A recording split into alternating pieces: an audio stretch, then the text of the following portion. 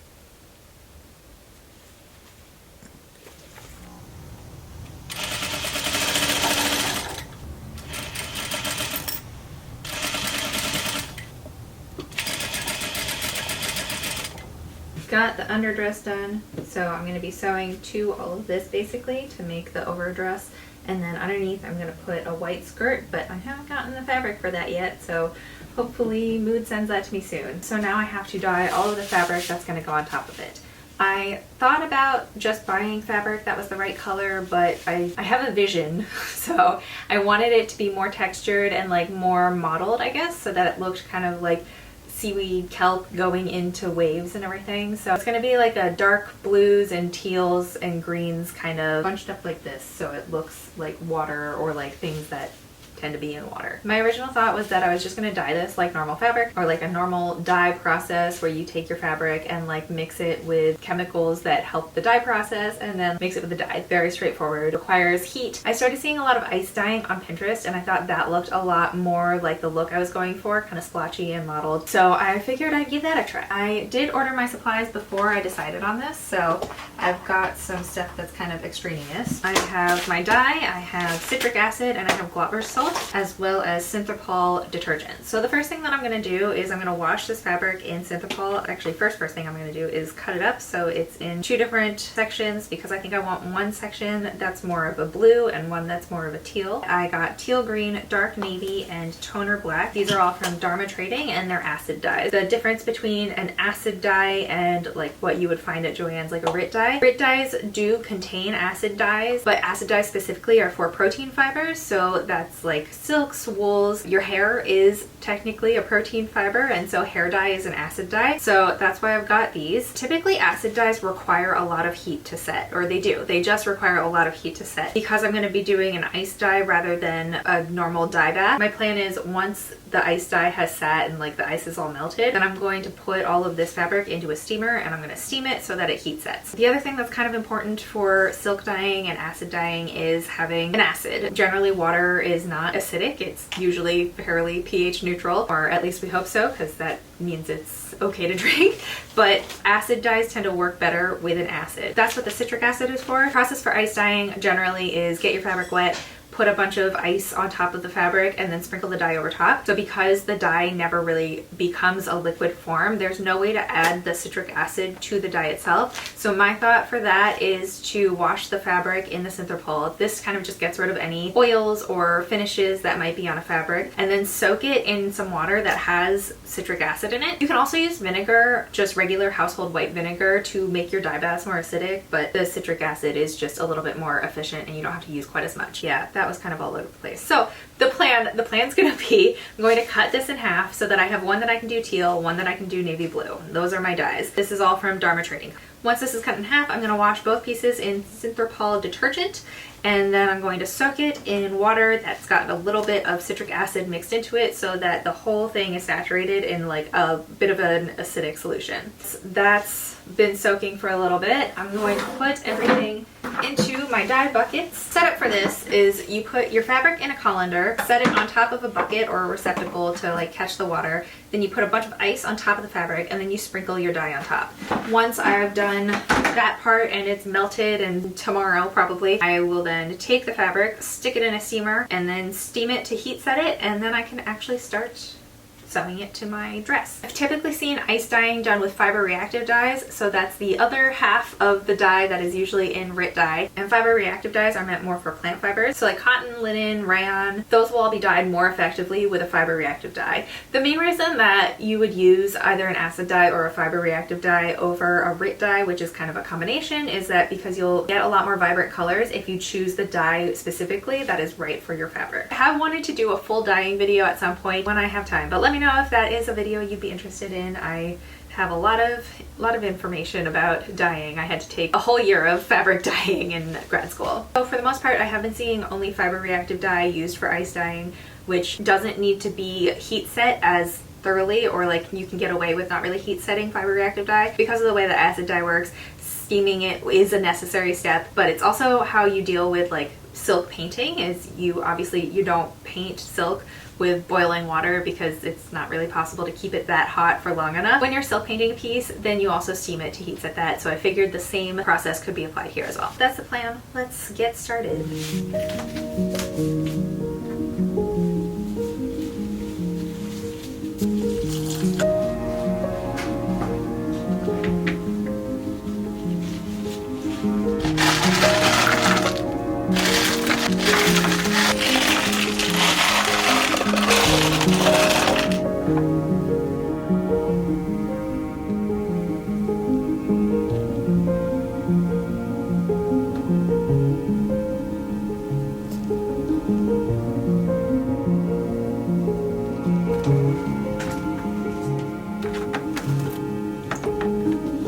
Okay, ice is all melted and so our fabric is ready to be steamed. Here's this one. This one is less exciting looking. Oh my god, it's dripping everywhere. This one was definitely the more exciting looking one. Put this into my steamer and we're gonna steam it and then hopefully it'll be all set and nice.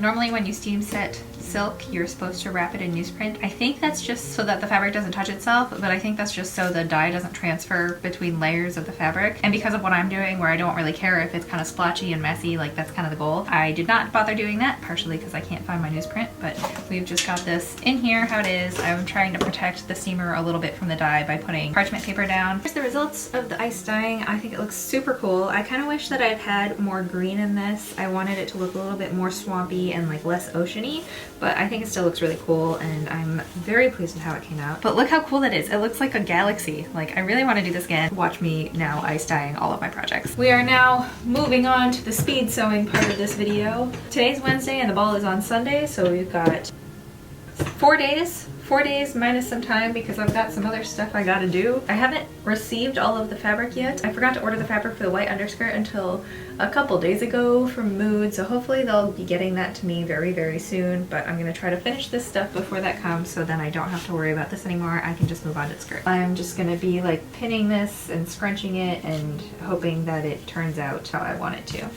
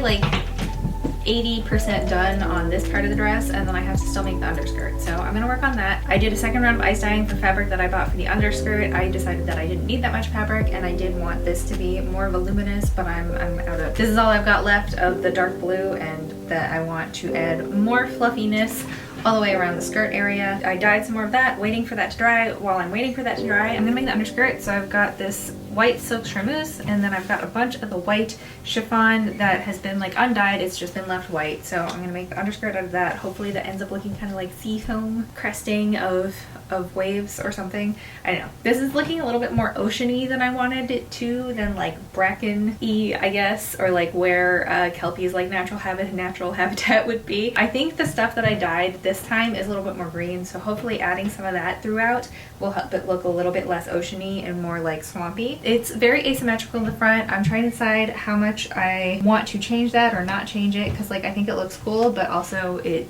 bothers me that it's asymmetrical or something. I've got these pearls that are all in like shades of blue and purple and kind of like oil slicky looking, so I might add some of those around if I've got time. The ball is in 2 days, but I've got a lot of stuff to do still for the ball that isn't just like working on this costume, so we'll see how much more time I can devote to this. So I'm gonna just work on the underskirt, and then I can show you the cool dyeing, the rest of the ice dyeing that I did once that's dry and this underskirt's done. So let's just keep going.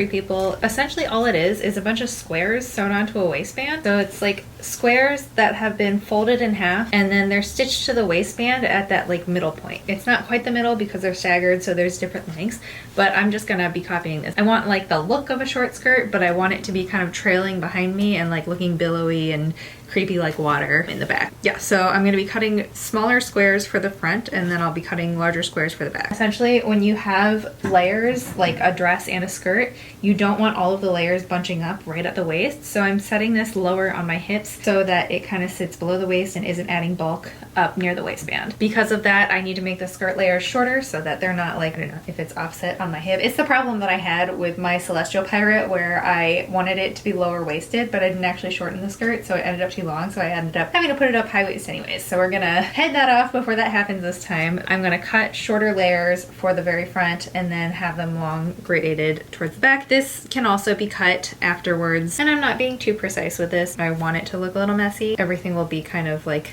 at different lengths anyways once I start shredding it. So I just want to get something that resembles what I want on this waistband and then we'll refine it later.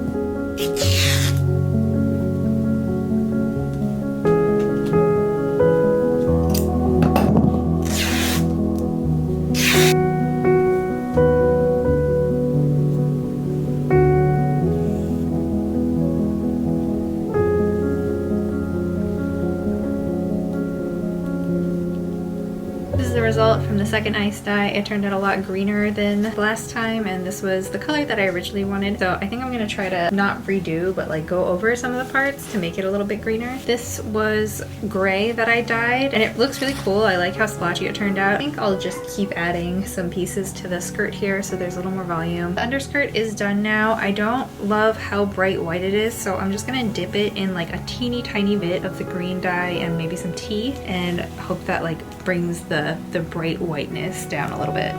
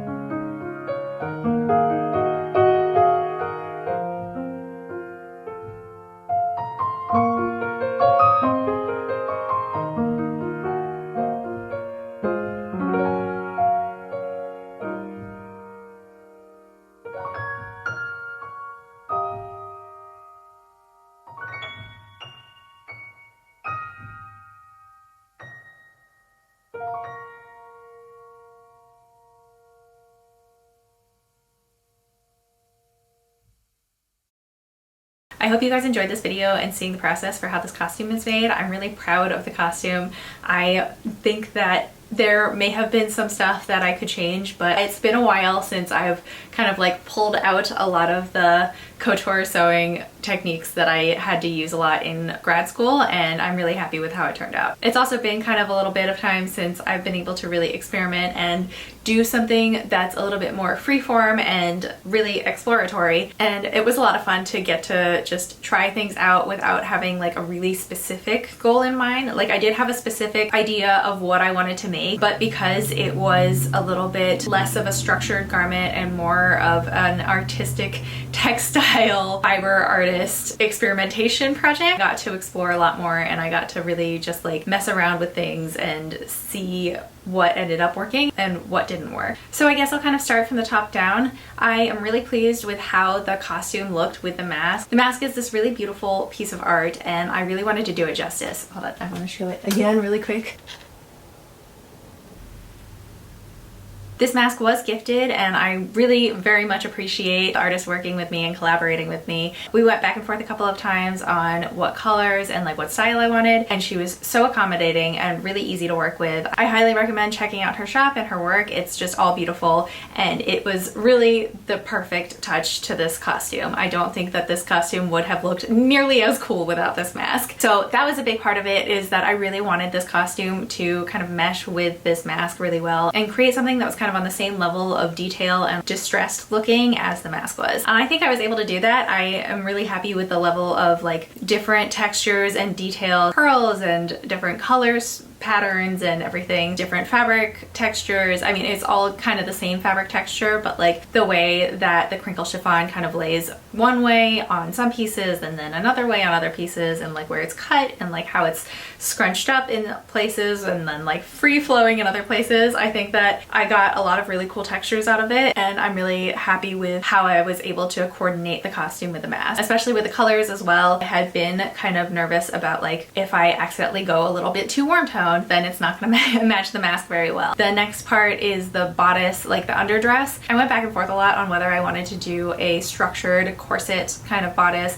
to really hold everything up, or if I wanted to do something that was more of an illusion neckline that had straps. I ended up going with the illusion neckline because I just got this new tattoo. Tattoo artist was Poby Tattoo. She's from New York. She's extremely skilled and talented. Definitely check out her work. But I wanted something that would show off the tattoo, and I felt like if I'd used a corset base, it would have been harder to achieve that really deep V without any warping and in a way that like didn't look really purposefully structured. Because that was the other thing, is like I did want this to look very like flowy, like it was water, and like I was just kind of like emerging from waves and like seaweed beds and kind of stuff like that. And while I do really love how corsets look as like a structure for a dress, like obviously it like makes a nice silhouette and it keeps everything up really nicely, I felt like it didn't really suit the purposes of this costume, so I decided to just go with an illusion neckline, which ends up being a little bit easier anyways. So, but I think that the illusion neckline did exactly what everything that I wanted it to. Only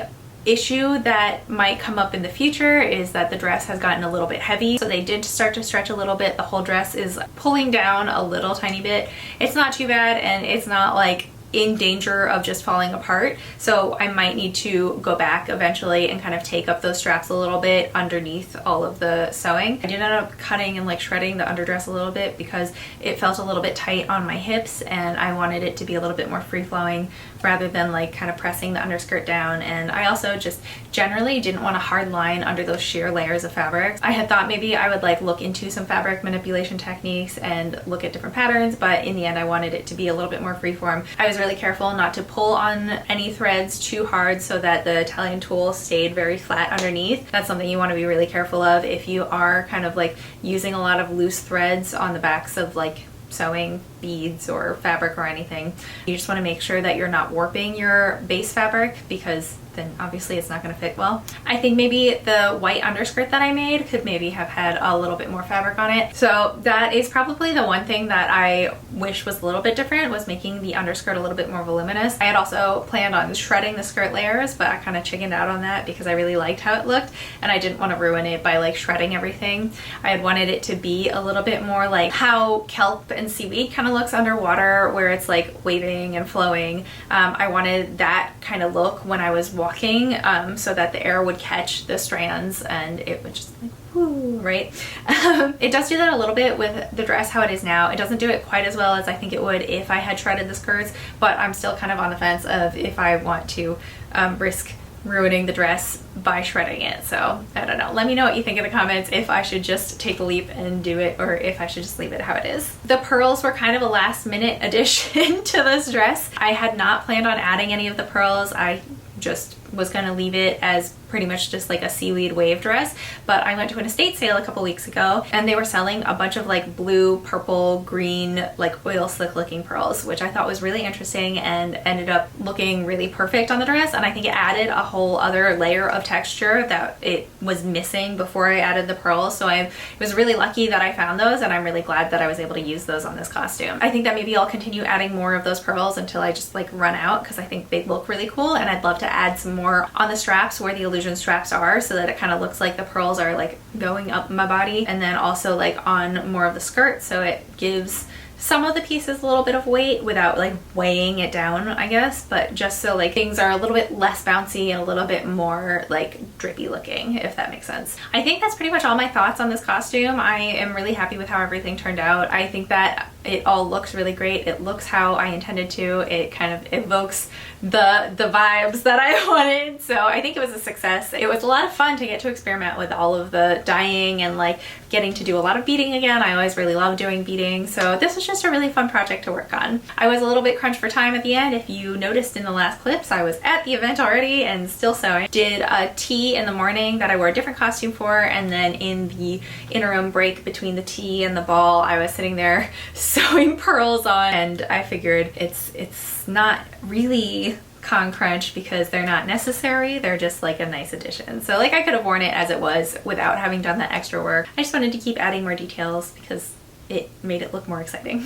I hope you guys liked this video, and I hope you liked seeing the process of making this costume. It is a little bit less. This is what I did step by step. I mean, I guess I don't ever really do like tutorials, but like it was just generally the costume was more freeform, the process was more freeform. So I hope that you still enjoyed it and liked following along. And if you came to the Shapeshifters Masquerade or the summer court tea that happened in the morning, thank you so much for coming. And if you talked to me and said hi and we're having a good time, I really appreciate you, and I appreciate you being there. And we'll be announcing our next one really soon. A little spoiler sneak peek is that our next theme is going to be afterlife, so keep an eye out for that. Start planning your costumes. Give me some ideas for costumes. If you have any ideas for me in the comments, I'd love to hear them. I'm really, really excited for this theme. And thank you again to Craftsy for sponsoring this video. Again, the first 1,000 people to use the link in the description will get a 1-year premium membership for only $1.49, so it's really worth it to check them out. That's it. If you like this video, please give it a thumbs up. If you have any questions, comments, suggestions for the next ball costume for the afterlife theme, then leave that in the comments as well. And if you'll be at the Maryland Ren Fair, let me know. I'm gonna be there for many days this season and